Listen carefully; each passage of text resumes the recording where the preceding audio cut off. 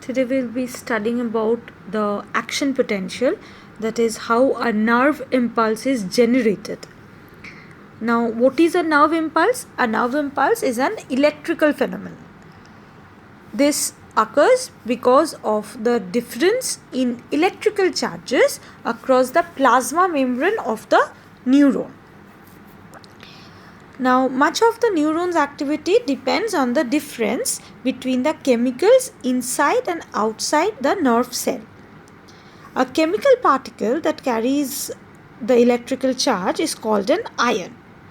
Ions have either positive charge or negative charge.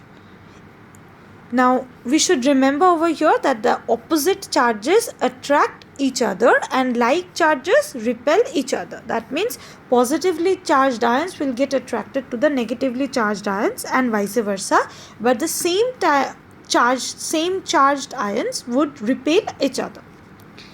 Now, there are fluids in and around the neural membrane and the ions form a part of it. The fluid inside the membrane is called the intracellular fluid and outside the membrane is called the extracellular fluid. Both these fluids contain varying concentration of ions. What ions? Positively charged sodium ions, positively charged potassium ions and negatively charged chloride ions. All our activities like thinking, speaking, walking, etc., all the activities that you can think of are all caused by these ions whose exchange generates nerve impulse. The membrane of the neuron has pores which are large enough for small ions like potassium and sodium to pass through. Since some ions are allowed to pass through and some cannot pass, that means the pores that are not big enough for all ions to go inside the membrane. So as this membrane allow some to pass, this membrane is called to be selectively permeable. The smaller positive ions balance the negative charges of the larger ions. Clustered around the negative protein ions are the positively charged potassium ions, but only a very few positively charged sodium ions. The fact that there are less sodium ions inside the neuron is explained by another property of the neuron membrane, and that is called a sodium-potassium pump. Now, what happens in sodium-potassium pump is, normally the positively charged sodium ions would move to the membrane pores attracted by the negative protein ions inside the neuron. However, the membrane resists the entry of the positively charged sodium ions, and those which do manage to enter the neuron are expelled by the sodium-potassium pump. Why? Because we have seen that the membrane's pore is selectively permeable. So, sodium ions are not allowed inside it. If some of the ions manage to get inside, then that actually is expelled out of the neuron by the mechanism of sodium-potassium pump. The sodium-potassium pump means that the membrane actively pumps the positively charged sodium ions out of the neuron and the positively charged potassium ions into the neuron. Why? Because the positively charged sodium ions are bigger in size. Now, the sodium-potassium pump and the sodium barrier operate because there are more sodium ions in the extracellular fluid than in the intracellular fluid, and if they were not functioning, then the sodium ions would flow into the neuron until there would be about an equal number of ions in fluids inside and outside the neuron. When neurons are not conducting a nerve impulse, they are said to be in a resting state or polarized state. That means a neuron is not doing anything, it is resting. In the polarized condition, the intracellular fluid is negative with respect to the extracellular fluid which is positive. When the cell is depolarized, the reverse condition occurs. That is, the intracellular fluid becomes positive and the extracellular fluid becomes negative. Now, what happens during the rise of the action potential is that the positively charged sodium ions enter the fiber and make it positive. During the resting state, the potassium ions keep the fiber interior negative. Now, if we study about the action potential. Now, action potential, how it occurs? When an adequate stimulus arriving at the axon causes a electrochemical change in the neuron. The change causes the resting neuron to change to an active state. From a resting potential, it becomes a action potential. That means now it will act, it will do something. In the resting potential, it wasn't doing anything. Now the neuron will fire, it will function, do something.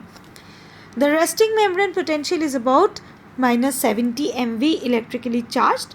A stimulus that comes, it causes a disequilibrium in the resting stage electrical charge and it changes to about 40 MV. This leads to certain chemical changes. The sodium, the potassium and the chloride ions move in and out of the membrane, resulting in the membrane becoming more and more positive inside and more negative outside. This state of membrane depolarization is called action potential. Now, after the action potential, there is a brief period when the membrane is hyperpolarized. In this state, the sodium ions cannot enter the axon. During this time, the axon cannot conduct another impulse because the impulse can only occur when the positively charged sodium ions can enter the axon. Now, how we can understand this hyperpolarized state? Now, you can see that I have worked so much, like as the neuron was acting, it was working. Now, it is a state, it is hyperpolarized, it is fatigued, it is in a condition of super excitement, so it cannot do another work. So it is like they are not resting condition, they are in the hyperpolarized condition. During this time, obviously they cannot conduct another impulse. This period during which the neurons cannot conduct an impulse is called an absolute refractory period. After this follows a period of several milliseconds during which the sodium ions begin to return to the intracellular fluid but not yet reach their resting level of concentration. During this time, the membrane is still hyperpolarized or more negative than during the resting state. The axon, however, can conduct the impulse at this stage, but its threshold is higher than during the resting state. In other words, it would take a larger electrical charge to reach the axon's threshold and cause the impulse. The period is termed as a relative refractory period. The sensory neuron in the relative refractory period requires much more intense environmental stimulus, more sound or more pressure to create an impulse. Now, if we simplify this, just think about it. After doing an excessive action, and that action, that function, that excessive workload, we can see it as an action potential. So after doing a strenuous job, you are fatigued. You are so fatigued that you can't do another thing. If somebody give you more work, you just refuse, you just can't do it. So that is a period when you just absolutely can't do another work. Now you are like waiting for the fatigue to go away. So that is absolute refractory period. And after this, in this break period, when you are actually becoming you are trying to come back to your previous active mode, at that time you're like in a state, you're half refreshed, and you are to do something, you are ordered some work to do, some job to do, but at that time you will only function if that work is simply very urgent, or it really seem important to you or emergency to you. Then only you would love to work, or you would like to go for the job.